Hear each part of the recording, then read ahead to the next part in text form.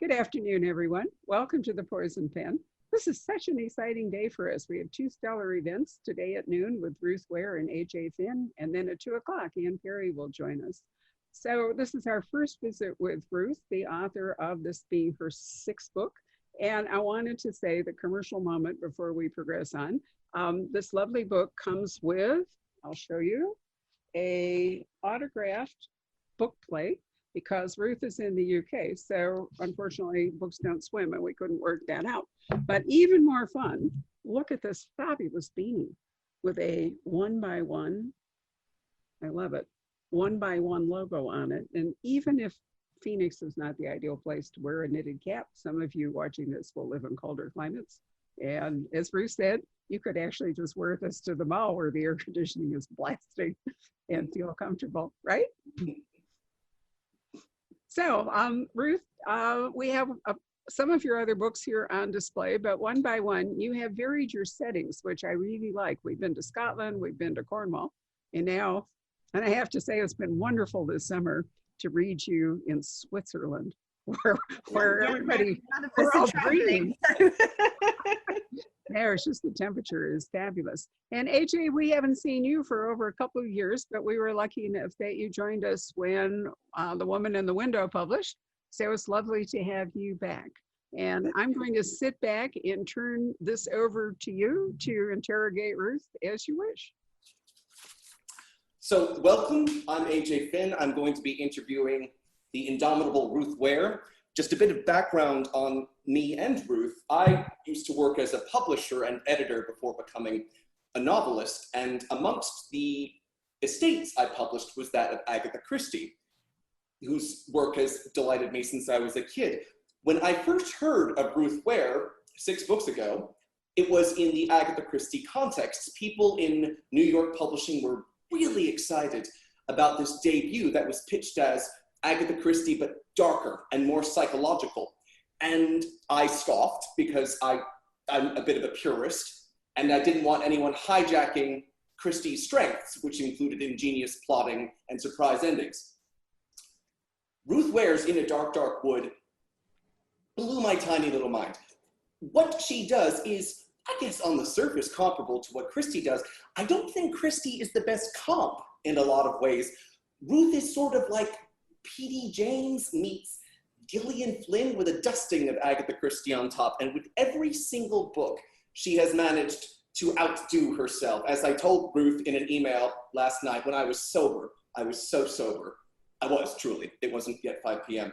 So she manages to toy with the conventions of the locked room mystery whilst infusing and suffusing each book with real psychological depth. These books are scary, but they're also really fun. And I've met Ruth twice in person before, most recently, I think in Lyon, in France, wasn't it? It was, yeah, in France. Yeah, very appropriate for the setting of this book. Absolutely. So would you mind telling us about this book, please? I would love to. And can I just say what an amazing introduction? I think we could probably just leave the event there. Let's go. We're done.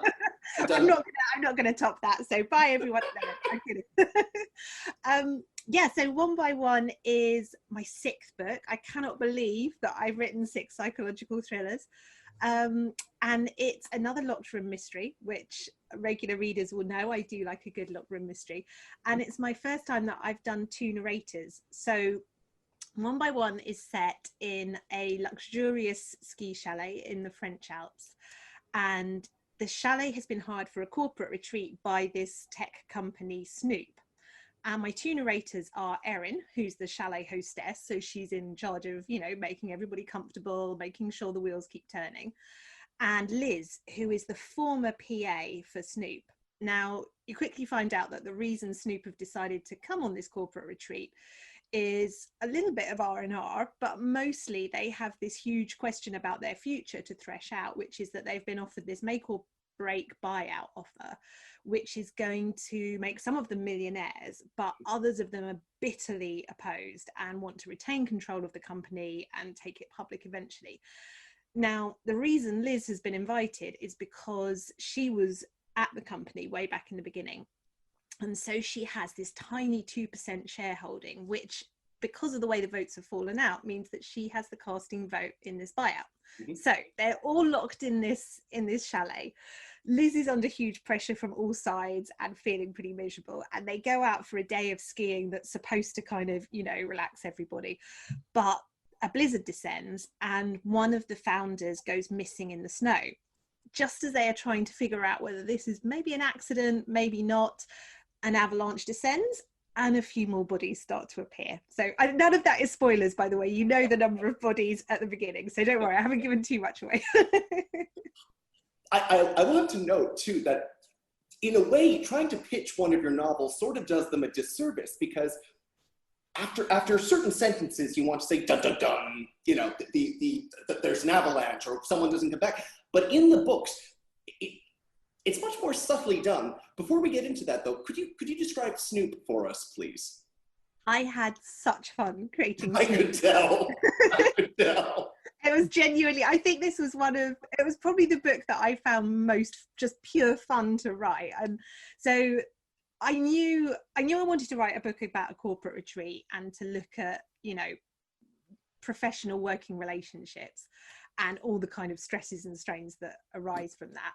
And I knew that I wanted to set it in a ski resort because I haven't done that before, and I wanted to, you know, I love skiing. I wanted an excuse to write about the mountains and so on. So I had to decide what kind of a company would have the resources to hire a really exclusive ski chalet. And I thought, well, you know, maybe hedge funds, maybe an investment company, but I wasn't super interested in finance. And then I thought, a .com startup, you know, they've got money to burn, surely they would go to the French Alps. So I decided it would be an app startup, at which point I had to invent an app, which turns out to be surprisingly hard. Like, I have a lot more respect for app developers now. So I took like a week over this, and I came up with a bunch of ideas, and I kept thinking, what a great idea for an app. And then I would Google, and oh, surprise, it would already be an app. And eventually I came up with this idea, which is a music app that you hook up to your Spotify or your Apple Music or whatever it may be. And it makes your listening public. So anybody who knows your username can log in. And if you are listening to anything, no matter what it is, at any point, they can hear beat for beat what you are listening to in that moment in time. But the quid pro quo is that you get to snoop on other people's listening. So everybody's on there, you know, following Beyonce or, you know, Jay-Z or whoever their kind of musical heroes is, to find out, you know, what they're really listening to. And the kind of the USP is that idea of, you know, when you're first going out with someone and you put like one earbud in your ear and one earbud in their ear, and you're listening, and it's that kind of intimacy of listening to the same song at the same time. And my idea was that Snoop gives you that, but via the internet with complete strangers. So I love it. So I want it to be an app. So if anybody's watching who knows any app developers, please develop it. But yeah, I had a lot of fun with the company and coming up with, you know, their kind of corporate style. So when you talked just now about that very specific moment when early in a relationship you're both listening to one earbud, it occurred to me that these days, well, I've now got wireless earbuds, so it wouldn't be quite so romantic. They could just wander off with your earbud, couldn't they? You'd be like, excuse me, that's One of the things one of the aspects of Snoop that I like so much, aside from the name, which is perfect, and the concept, which seemed to me really both compelling and plausible, is that it tapped into this curious dynamic in 2020 and in recent years, but especially this year, where we want to share everything. It's not merely that we want access to others' information or preferences. Many of us, particularly of a certain age, want them to have access to ours. It's something that as a quite private person, I don't understand, but through Snoop, I kind of got it. I would like to hear what certain people are listening to, and if it means that, you know, Blondie can listen to what I'm listening to Blondie, so they'll be fine. You'll be Who fine. would you listen to? No, it is really interesting to me, and it's something that I looked at a little bit in The Turn of the Key, which was also about that kind of Faustian bargain that we make with technology when we, you know, the exchange that we make when we invite something into our lives because it makes our life more convenient or more fun, or it enables us to find out stuff about other people. But, you know, as they always say, if you're not paying for something with money, you're paying for it in a different way. And very often with free apps and free, you know, software, what you're giving up is your privacy. And we're still figuring all of that out. And, you know, we love that when we Google our local pub, Google knows that it's our local pub and not, you know, the Queen's Head in Edinburgh, which is 500 miles away. And it knows that because it has tabs on us all of the time, and it knows that we've been to this place 6 times, and it's got all of that in its algorithm. And that part we love. But other stuff, you know, we find deeply creepy when we go into a store and then 2 minutes later it's flashing up special offers saying, you know, please come back and spend 10%. So we're still, as a society, kind of figuring out how we feel about that. And Snoop is, like its tag in the book, is voyeurism for your ears.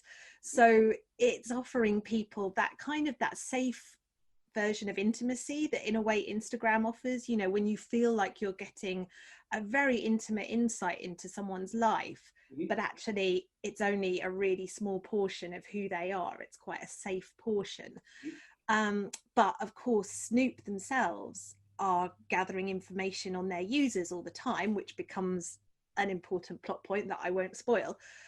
And they're not sure how their users feel about that, and their users aren't sure how they feel about it. So yeah, I think because it's still one of the great shifting unknowns in society at the moment, it's really interesting as a novelist to kind of look at those pressure points where society's still kind of figuring stuff out.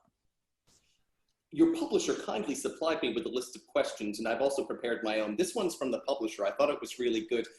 In your novels, you have frequently staged the action someplace inviting, like a cruise ship, for example, or in this case, a ski chalet. Why? I mean, I think it's great. It's very appealing. I want to go to these places. I think that's ultimately it. I mean, the kind of standard answer is that, you know, you set your novel somewhere that you would like to go on holiday so that you can offset your next holiday on tax. But actually the truth is I've never done that. You know, I set the Woman in Cabin 10 on a cruise ship, and I've still never been on a cruise, principally because my husband finds the whole idea of a cruise revolting. So I still feel slightly cheated that, you know, I wrote this whole book and didn't even get one cruise holiday out of it. And likewise, although I love to ski, and it's probably no surprise to anyone who knows the resort well, but Saint-Antoine is sort of very loosely based on Val d'Isère, like it's got a sort of similar vibe to it. And I love Val d'Isère. I've skied there many times. It's one of my favorite places. There's a ski run at the end of the book, which is loosely based on a real ski run in Val d'Isère, which terrified the... In fact, the book is dedicated to 3 friends who took me down this run slightly unsuspectingly and got me to the other end in one piece. So I thank them for that. But I didn't go skiing in between writing the book and coming up with the idea. So again, it was all kind of drawing on experience. So I think the truth of it is that I have to set, like, it takes a year to write a book, more in some cases. Or more. Or more. It's perfectly fine to take longer, AJ. I would just like to say that. And I have to want to spend time in this place for, you know, I mean, The Woman in the Window is set in a completely enviable New York brownstone, and I'm guessing that's because that is a place where I can spend a year or two. You know, I have to want to spend a year in this place and in my imagination, and I hope that that comes across to readers as, you know, a fun place to spend a few days of their own. One of the adjectives I do find myself consistently applying to your work is fun. And so much crime fiction, past sometimes, but especially present, is quite moody. It's like a dirge. Do you have to make a conscious effort to keep things not light, but enjoyable? That's a really good question. And it's funny because the more you do these events, the more you do get asked the same questions over and over again. And this is genuinely one that I've never had. I think I try to ring the changes a lot in my books. So some of my books are much darker than others, like The Lying Game and The Death of Mrs Westway are both pretty sad books. They're books about loss and grief and overcoming the baggage that you carry with you from your past. And all of my books are about that to some degree, but some of them are more light-hearted than others. And I think One by One is quite a fun book. It's quite a funny book, although it gets darker as it goes on. But I do enjoy putting jokes in. I'm naturally quite a sort of sarcastic, I don't want to say I'm naturally a funny person, because that's like, I'm like, oh, you'll find me hilarious, but I try to be funny. Like, I enjoy telling jokes, and I don't think I take life too seriously, and that does come across in some of my books. But I know my editor's watching this. I think she is, so I'm going to be careful what I say, but my editors quite often tell me to tone the jokes down, because they're not supposed to be funny books. Not so much now, but certainly my first editor for In a Dark, Dark Wood went through it and took out a lot of the jokes. She was like, Ruth, stop trying to be funny. Looking back, before we return to One by One, I would like to talk about your career, which in the States as elsewhere has built steadily, I mean, actually quite sharply in sales from a very successful debut on upwards. I think it was your second book that hit #1 on the New York Times bestseller list, and you've gone up ever since. In terms of your, and this sounds really obnoxious, but in terms of your like artistic progression, which book do you think represented for you the most significant leap forward? Oh, this is another very good question.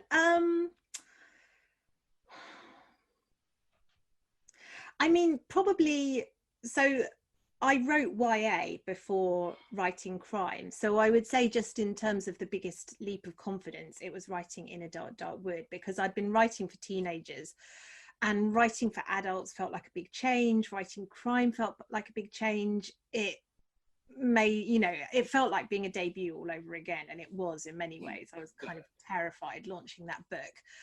And then writing The Woman in Cabin 10, that was the book that I enjoyed writing the least, because paradoxically, In a Dark, Dark Wood did so much better than I had ever expected it would. You know, I thought I was writing this weird little British book about a hen party, you know, who on earth knows what that is outside of the UK, and I just didn't expect that many people would read it. And this book was doing better and better, and it was, you know, getting on lists, and it was getting picked up and selling in different territories, and the film rights were optioned, and all of this made me feel infinitely worse about the difficult second novel that I was writing. And I threw everything into that book, because I was just so desperate to show that I wasn't a one-trick pony, and that I could write another book that was interesting and compelling and page-turning. But I think, you know, you always, I don't know, I don't think I can put my finger on one book that was a bigger leap than any other, but I am quite proud of having tackled 2 narrators for the first time in One by One. I've always been very jealous and very admiring of other writers who can pull off multiple narrators and multiple points of view. And so many of them seem to do it just, you know, just like walking. It's like no big deal. And I hate reading books where I'm reading a first person narrator and I can't tell who it is, you know, when there's multiple narrators and you're having to flick back and think, hang on a minute, whose chapter is this? Which is why I'd never done it, because I wasn't sure that I could pull off that very distinct voice. So I feel proud of myself for having gotten over that fear and forced myself to face my own inadequacies. I thought you did it remarkably. I have the exact same reservations about both reading and writing stories with multiple narrators. My second book, which I'm finishing, features 3, and man, is it difficult. Two is difficult to delineate between them, to give them their own senses of dimension and humor. I thought it was, it was so good, Ruth, what you did, not what I'm doing, that I did go back through the first 5 to see if you've done this before. If you hadn't, as you know, I'm not informing you of anything of which you're unaware. So well done. So this brings us to One by One. You do have these 2 narrators. Could you please describe them for us? So my first narrator, Erin, she's the kind of the hostess of the chalet, and she's in this kind of weird position because she's staff and therefore an outsider. But she's also kind of in charge in a weird sort of way. So although she's there to do Snoop's bidding and kind of make sure they're comfortable and get them drinks and fix stuff, at the same time, when things start to break down, she's the person who kind of takes on the mantle of authority and decides what's going to happen and when. And she does it very consciously, even though she's one of the youngest people there, because she's very much aware that if she doesn't take this upon herself, someone else in the group is going to do it, and they might not be a good person to be in charge. They might not be someone who has other people's well-being at heart. Erin is quite a cheerful person. She has a really great relationship with her co-worker Danny, who is the chef at the chalet. And that was one of the things that I really wanted to explore in the book. Having done books about toxic friendship, you know, difficult families, dysfunctional relationships, I realized that the one relationship that I'd never really tackled was the one that we have with our colleagues, which is hugely influential for many people. You know, we spend, not at the moment, but in general, we spend more time in their company than with our families in many cases. And I wanted to show what happens when a company allows really kind of toxic practices to build up.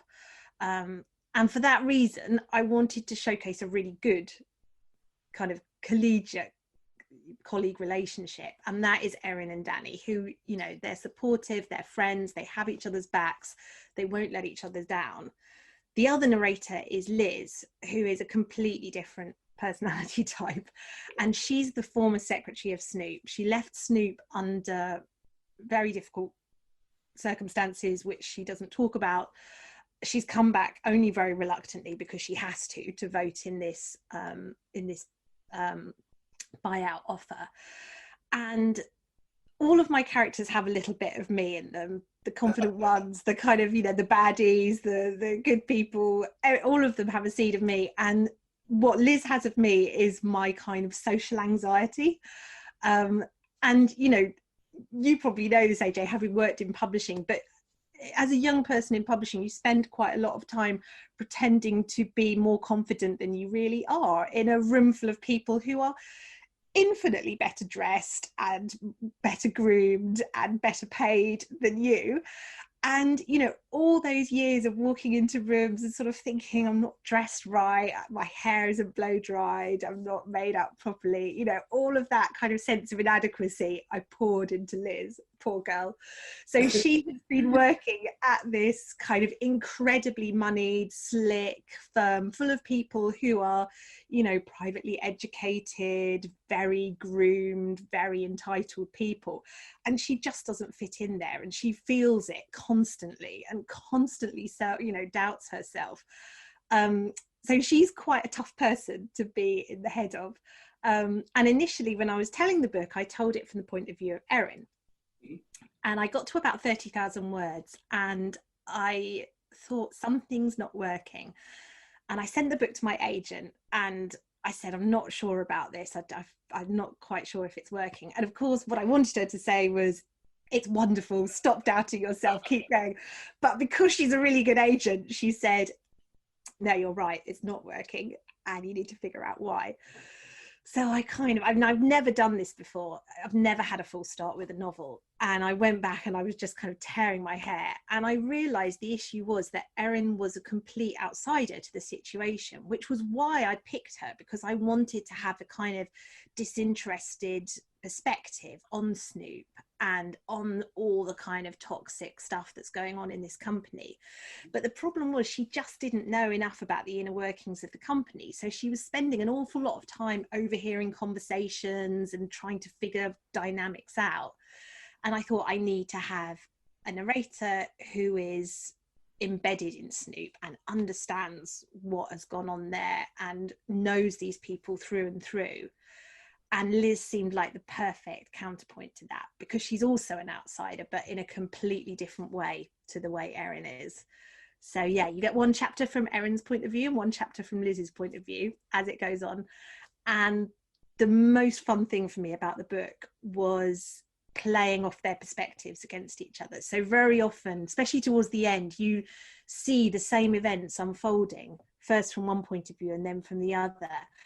And often they're radically different. And one of them has information that the other one doesn't. And it was just fun saying to the reader, this is happening, and then showing it from a different perspective and saying, but actually what's really happening is this. And it was, yeah, I loved it. I'm only going to write dual narrators from now on. No, that's not true. I'm never going to do it again. So effectively, it seems that you realized or decided that the story just could not really be told by one person, probably by any one person. Was Liz already in place? Did she exist as a character then? Yeah, she totally existed as a character, and she was pretty, obviously all characters develop as you write them because you get to know them better. But she, yeah, like her backstory was in place. I knew who she was. But yeah, it just had never occurred to me to tell the story from her perspective, and actually having two narrators just, yeah, it gave the story what it needed. Don't you feel proud of yourself? I mean, well done. Seriously, that is a big leap. Well, it was. I'm sorry, go ahead. And then we do have some questions. So when you're done, let's take a few questions and then go back, okay? Oh, Ruth, whenever you're ready. Well, I am proud of myself, but I'm also very aware that this is something that lots of other writers do apparently effortlessly. So, but I think we're allowed to say it's hard, aren't we, AJ? I feel like yes. Absolutely true. So Pat, do we have a question or two? We do. We have one question about whether or not they have any sort of input whatsoever about either their cover or for who selects reading their books on audio. All right, these questions come up often. Do you have any input on your cover design?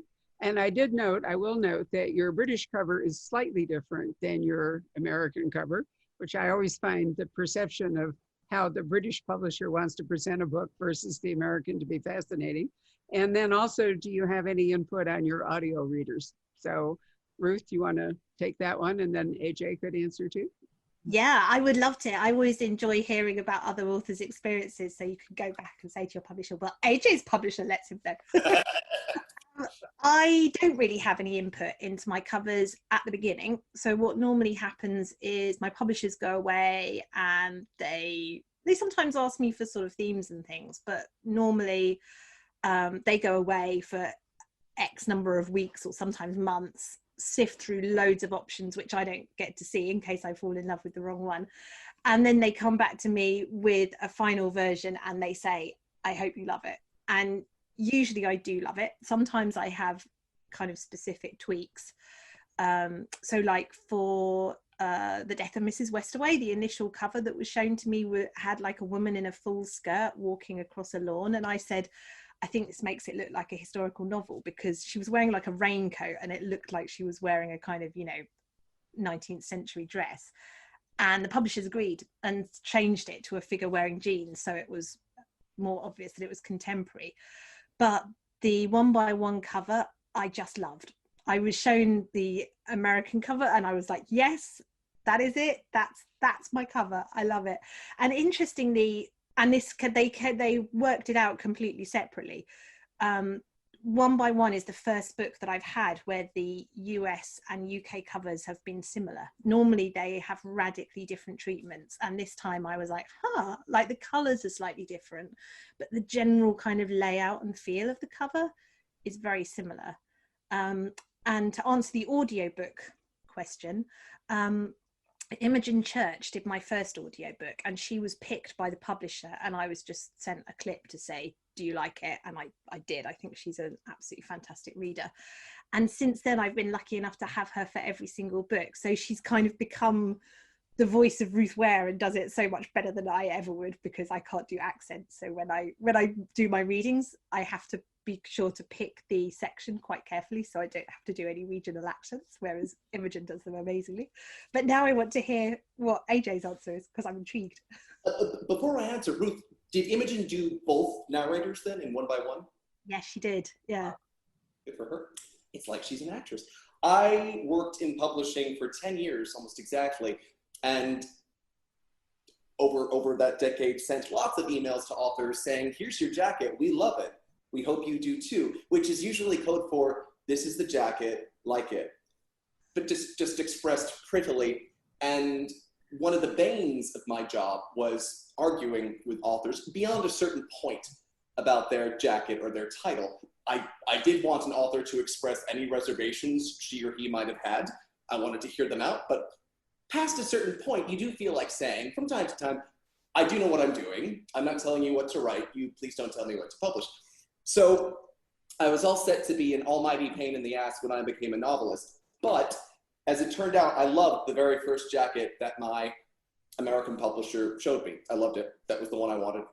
And one major retailer didn't like it, but we pushed back and it sold perfectly well. I do remember in the UK fighting with my publisher about the jacket for the woman in the window, until I remembered what I just said to you, namely, authors are often perceived as difficult, and I did not want that. Again, they knew. Like, I'm being that author. Absolutely. Right.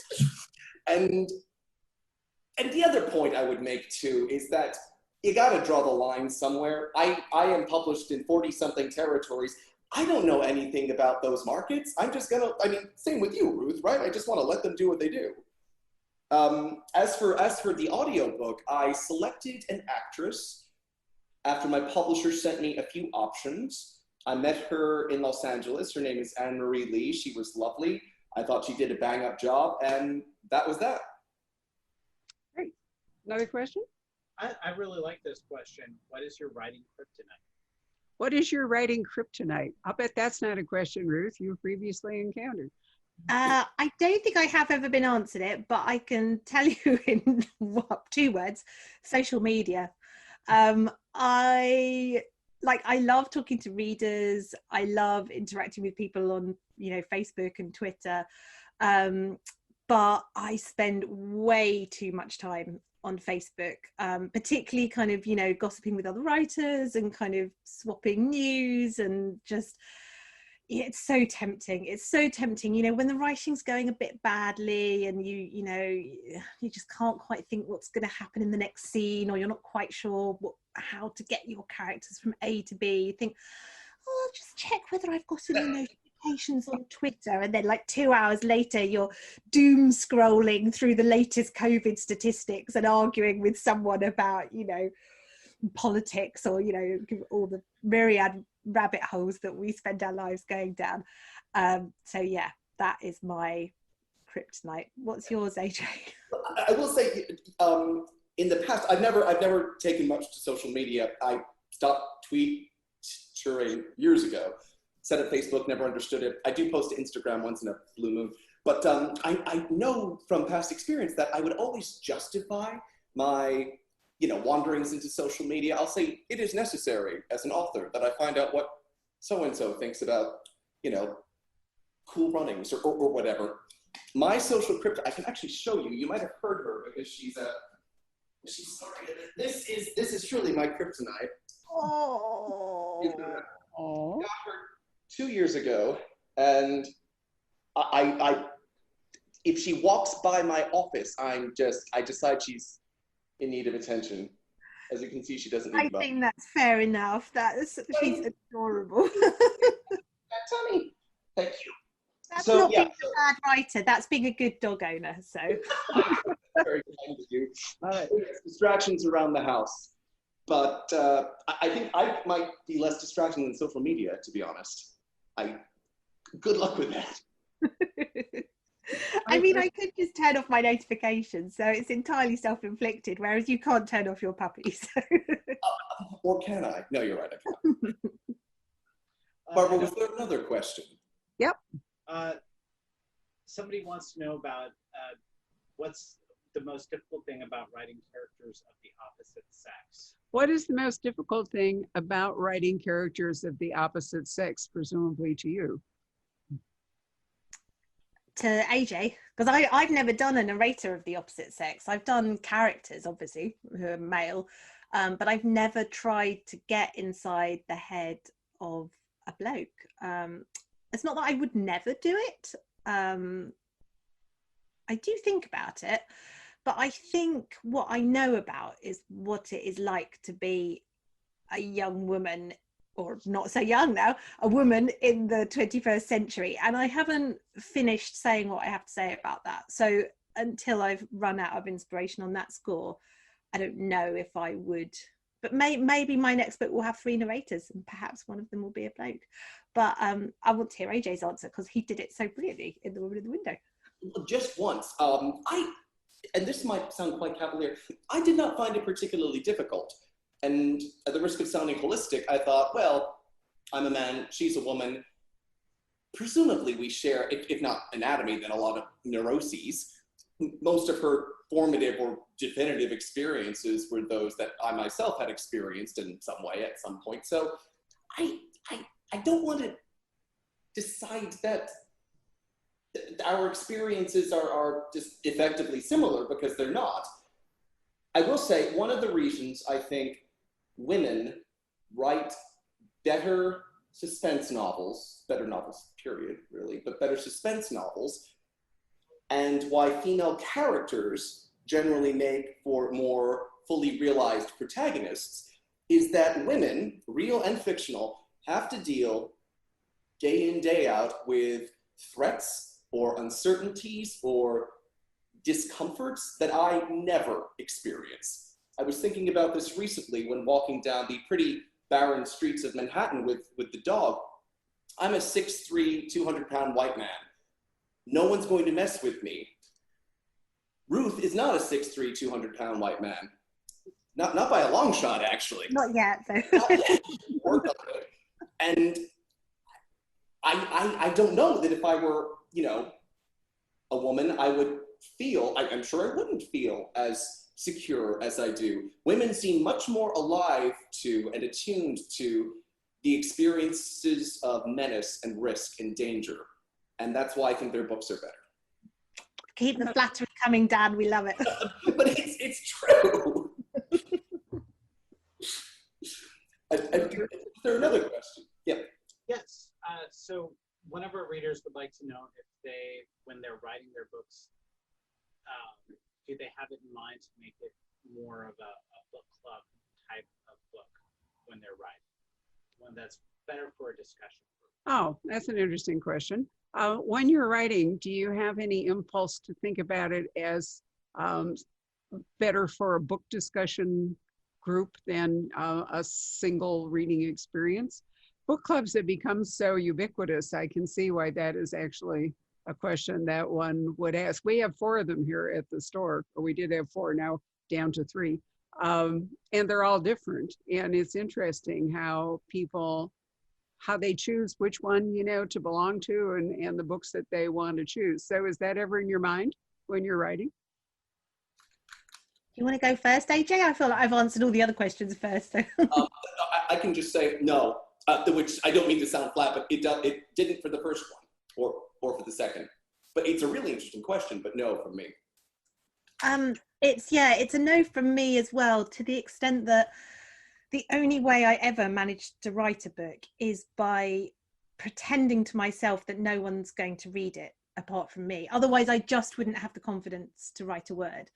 And I was in discussion with another writer the other day, and they called it the selfish draft, which I love, like it's the draft for you kind of thing. And I don't know if I would call my first draft selfish exactly, but it's self-indulgent. It's a draft that I write pretending that no one's going to read it, and I can afford to be as cheesy or as crass or as, poorly described or as, whatever it is.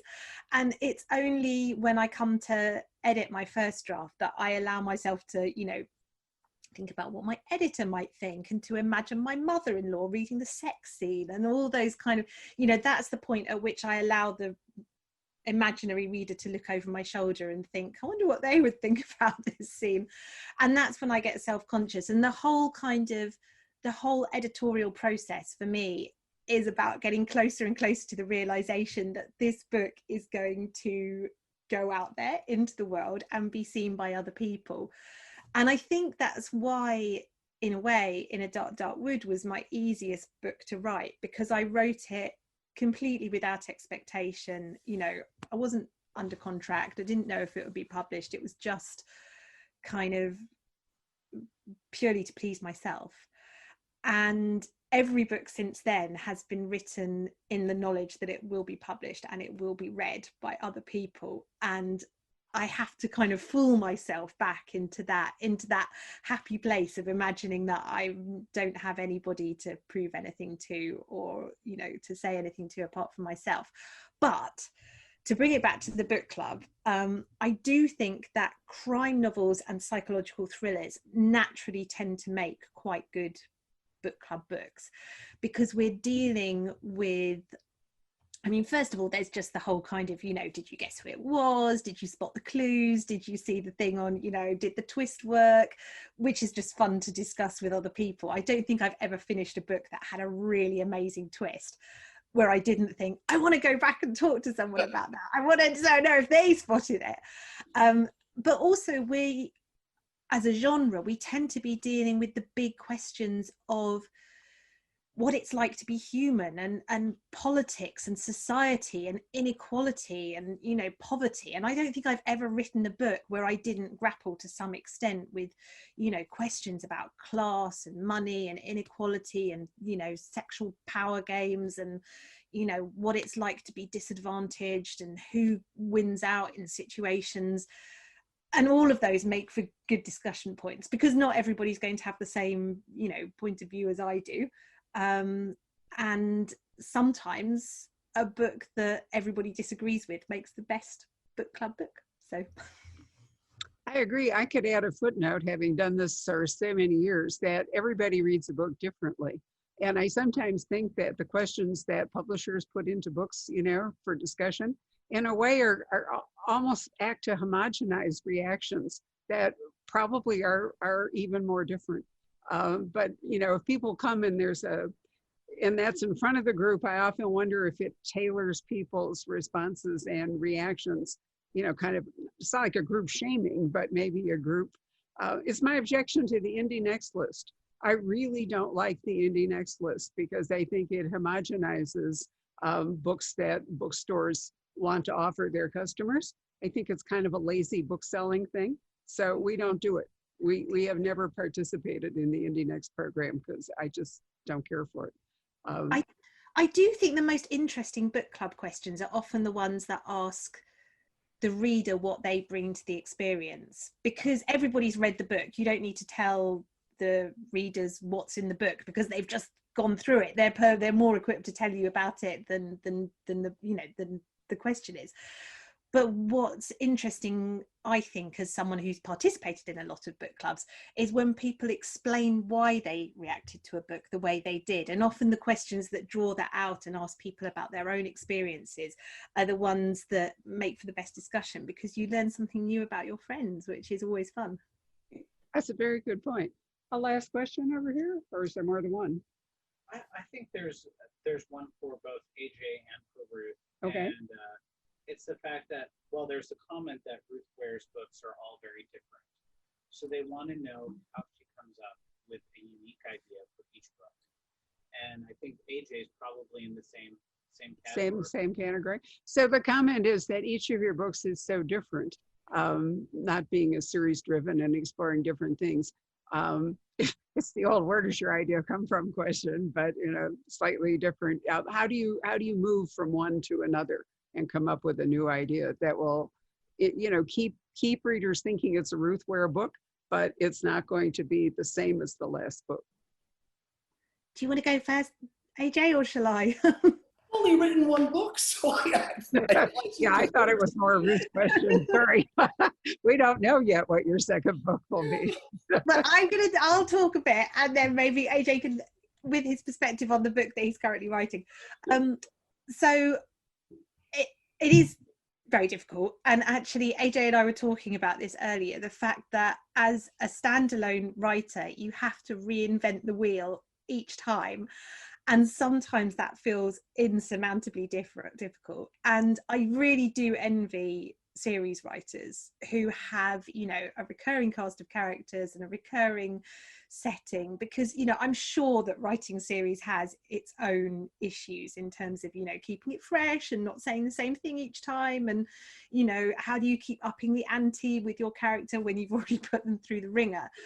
But every time I start a new book, I sit down and I think, oh my goodness, how can I create another world from scratch, another narrative voice, another cast of characters, another setting? And every time it feels insurmountably difficult, and every time so far, touch wood, I've managed to do it. But I think I'm not going to say I'm an easily bored person, because if I was, I would never finish a book. But I'm certainly someone who, I like to challenge myself, and I want to do something different with every book. And I think so far I have, in ways that maybe aren't always apparent to the reader, but with each book I've tried to set myself a new challenge, do something differently, do something that I haven't tried before. The dual narrators in One by One being a case in point. So I try to keep things fresh for myself that way, and hopefully that comes across to the reader. But I would love to find a series protagonist. It's just that I'm not very interested in police officers. I mean, I love, as people, they're fine, but I don't want to write one. So, yeah. So, AJ, what's your view on this? Are you going to write a series next? If I can ask you a quick question,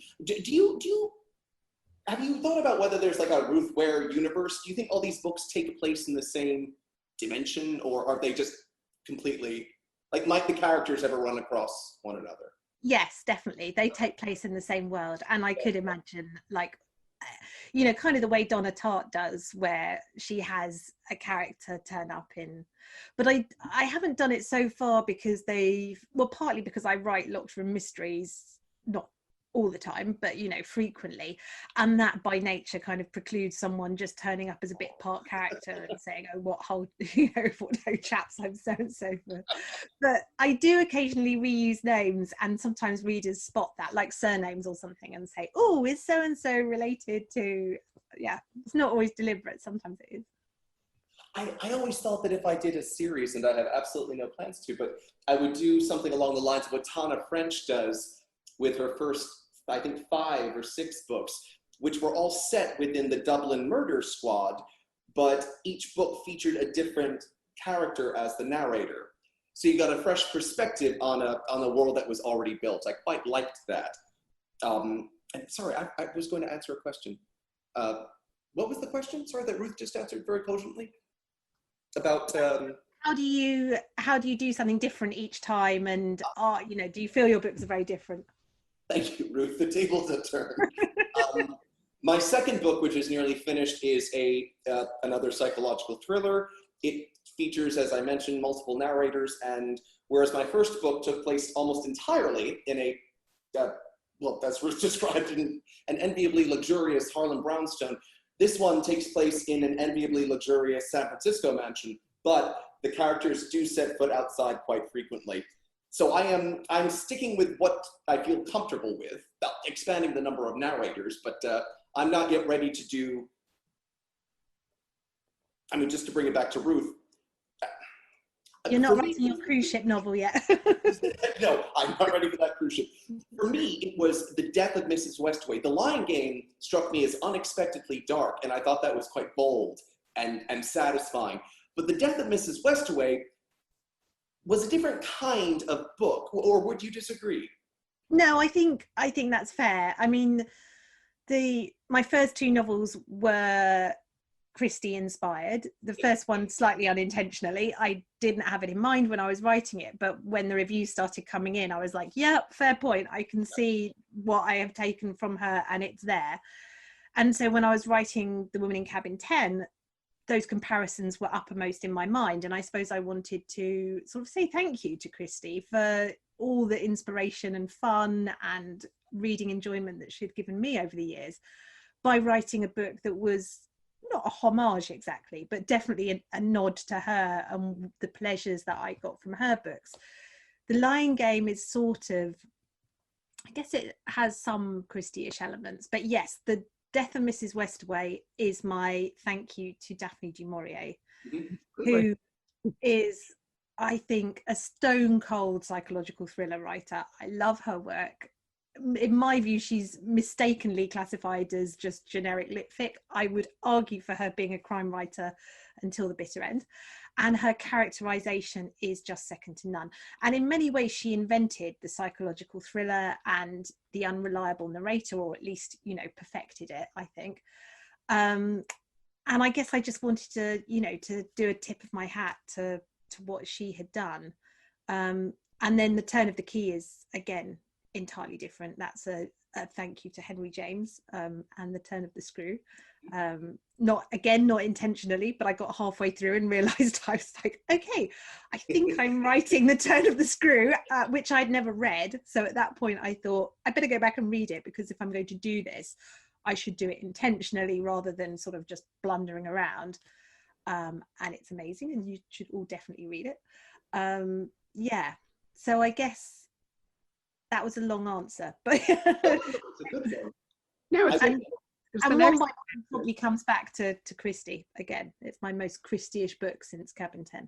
Do you know, one of the most interesting things about publishing right at the moment, you've probably both noticed it, is there's this huge resurgence of Christie.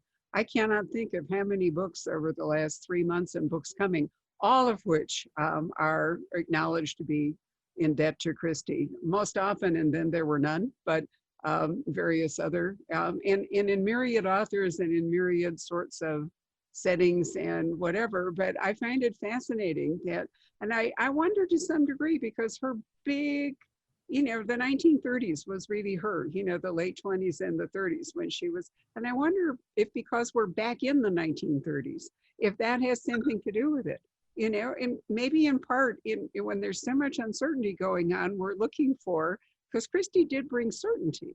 She, you know, she had all the surprises and the twists and all the rest of it, but there was real certainty in most Agatha Christie books. You know, you came to a definite conclusion, and the structure was definite, you know, despite her. And I'm wondering if that's part of what we are seeing right now, is a kind of unconscious grabbing hold of that in a very tumultuous era.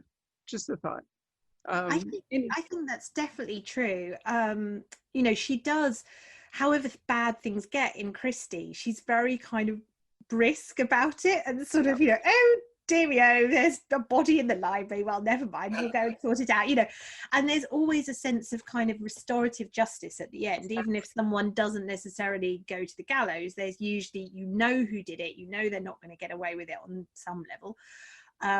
And she can't make everything right because people are dead, but there's a sense that everything's going to be okay and it's going to carry on. And I think it's no coincidence that, you know, she was one of the most read authors, but also one of the most prolific authors during World War II. And she wrote 12 novels during World War II from 38 to 44, which is an insane production for any author, let alone when, you know, there was paper rationing and the publishers were really having to pick and choose which novels they produced because they just didn't have the paper to publish everybody. And I think it's very much serving as reassurance and kind of, yeah, that sort of sense that everything's going to be okay in the end. But the other reason why I think we're seeing it now is because Christie was super unpopular for a big kind of chunk of the sort of 60s and 70s. You know, she was seen as very cozy, and the 80s to an extent. And then in the sort of late 80s, 90s, she became quite fashionable again. And we had, in the UK at least, we had David Suchet as a brilliant Poirot who was on TV every night. I grew up with him. We had Joan Hickson, who is still my Miss Marple. Everybody has their own Miss Marple, who again was enormously popular. The BBC did lots of adaptations with her. And so for many of us, she was a kind of, you know, she was a regular feature of our childhood and adolescence in a way that became a very kind of cozy part of our upbringing. And so I think, as you know, that generation of writers have grown up, it's no wonder we're kind of harking back to her influence. I think you're right. But I also think the fact is, you know, in all of her books, there would be a rent in the social fabric, and then somehow she would knit it all back up, regardless of whether everyone had had the same punishment or no punishment. But she always did restore order. And I think, you know, her own experience when her life went so disordered may have, in fact, inspired her, you know, to do that. Let me see, is there a last question or are you just standing by? You're just standing by. So AJ, I cut you off because we had so many questions. What would you still like to ask Ruth that we didn't get to? Quite a lot, actually. But first, I'd like to note that Ruth just selfishly said everything I wanted to say, only better.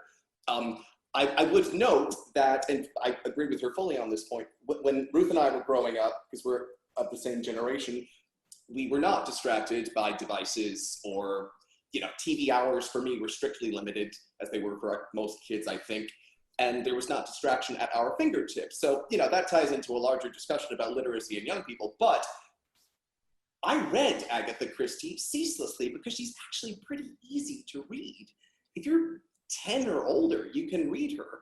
And so I have, like Ruth, grown up with this affection for her. Secondly, I would add that I was thinking recently about how Gone Girl, published in 2012, shook the world, seismic bang, and how there have been many successful books, psychological thrillers since then.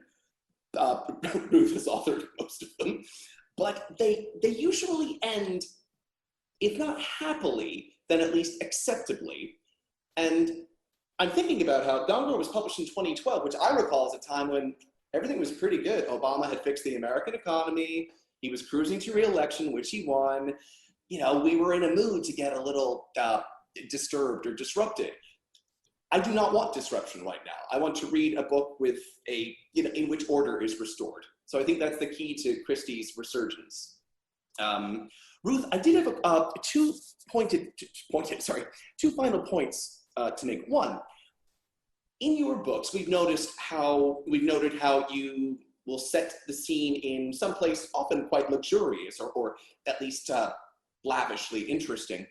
You also assemble these casts of characters who, in One by One, for example, represent there are actually two hierarchies. There's the staff, but there's also Snoop. And in A Dark, Dark Wood, you've got the hen party celebrants. And then some event, murder, disrupts that hierarchy, and it seems to be the great equalizer. Do you, as an English woman, feel that this is a concern or an observation specific to your accursed race? Or because the English are, I say this having lived there for 10 years, quite class conscious. And it is interesting to see British characters in a novel by a British author level the playing field. Yeah, grappling with that. I think it is something that we're more conscious of in the UK, but I would say that I think the reason why I'm so obsessed with it as a topic, because it's something that recurs in lots of my books, is because I think globally it is one of the biggest issues that we're facing is the level of inequality, financial inequality in the world. And that goes for America just as much as the UK. We have a class system in the UK, but there's also a class system in France. There's also a class system in America. We are building a world in which the 1% or even the 0.1% can do pretty much whatever they want. They can have the education they want, they can have the healthcare they want, they can have the lifestyle they want, and they are becoming richer and richer and richer, and the rest of the world is getting left behind. And I think the last time we saw fiscal levels of inequality this high was the 1930s, and we all know what followed that. And I think that when people are involved in a game in which they keep rolling the dice and they keep losing and the same person keeps winning, they no longer want to participate in that game. And the sensible thing to do becomes not to keep rolling the dice, but to kick over the table. And I think, unfortunately, what we've seen in politics, well, not unfortunately, because, it's not a situation that's sustainable long term, but I think a lot of the political upheaval we've seen has been people kicking over the table. They're saying this isn't a system we want to participate in anymore because we no longer see any benefit to ourselves. And that's something that as a global society, we don't seem ready to grapple with. But it's something that worries me, and so it's something I guess that keeps cropping up in my novels. But I don't think anyone can live in London as I used to, and probably in New York as well, without being aware of the enormous gulfs that exist even in the same street. You know, you can have a family living in a multi-million-pound house where they've got 2 or 3 rooms each and a garden and a conservatory and a couple of cars out the front, and then immediately backing onto it you can have the exact same house that's been divided into 14 flats, each housing a family. How can you live in that situation looking across at your neighbours and not feel resentful of the hand that life's dealt you when you're working longer hours and harder and making ends meet? So yeah, that was a long answer, but the final question I'd like to ask, because I know we've got to wrap up, among the many pleasures of your books, I find, is that while there is always a very satisfying final twist, you needn't rely on the twist as a reader or as a writer, I imagine, to appreciate the rest of the book. I from experience, get quite annoyed when I hear readers say about, well, my book, but about books I've edited or like, that, oh, I saw the twist coming, so I didn't like it. Or I didn't see the twist coming, ergo, it was a successful book, which to me seems very reductive. Some books are written solely for the delivery of a final twist, or like a Jack in the Box. How do you feel about expectations for some sort of ha-ha moment at the end? well, see, I don't think that I write books with a twist. The way I see books with a twist as being like Gone Girl or I Let You Go, or, you know, a book where the narrative you think you're reading is not the narrative that is really happening. And there's a moment in the middle where it's kind of like everything twists, and it's like one of those seeing eye pictures, you know, where everything shifts into a different focus and you realize that what you were looking at is not what you thought you were looking at. And I don't typically write those books. I think there's a few moments where there's a big reveal, and that reveal might radically change your opinion of what has already been happening. But I think what I give people is unexpected reveals more than twists. But I do agree, it's frustrating when every book is expected to be, you know, have a Gone Girl style kind of 360 in the middle. And often when I read reviews of books, not necessarily mine, but other people's books, where people say they guessed the twist, often it wasn't something that was supposed to be concealed. You know, it's something that I thought was meant to be obvious from the beginning. So yes, I do. I think as a genre, we have to be a bit careful of not becoming a sort of a slave to the twist, because actually I do think the reason why people read books is really compelling characters that you want to find out what happens to them. And you can tell when a book has been constructed solely to make the twist work, and when the characters are not behaving plausibly, because if they did, it would dissolve the twist.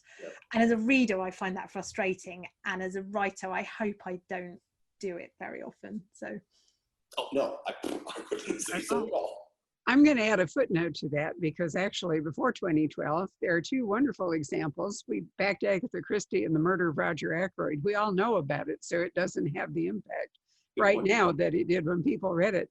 But excuse me, when I launched Scott Turow's book last May, I pointed out to him that Presumed Innocent was really a brilliant example of this. And I remember people standing at the checkout counter at the bookstore arguing about who did it or how it got done, because the forensics were not, we weren't so sophisticated then.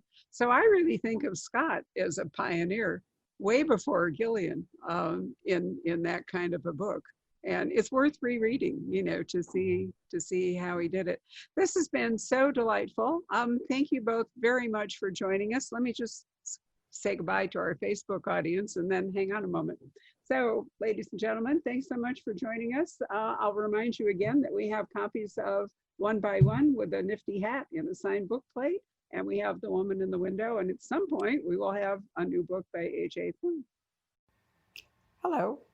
We hope you're enjoying our programs and podcasts with authors. We'd like to expand them. and your help would be appreciated. Please make a donation at poisonedpenfoundation.org. 100% of the proceeds will go to help connect authors with readers in this difficult time. Thank you.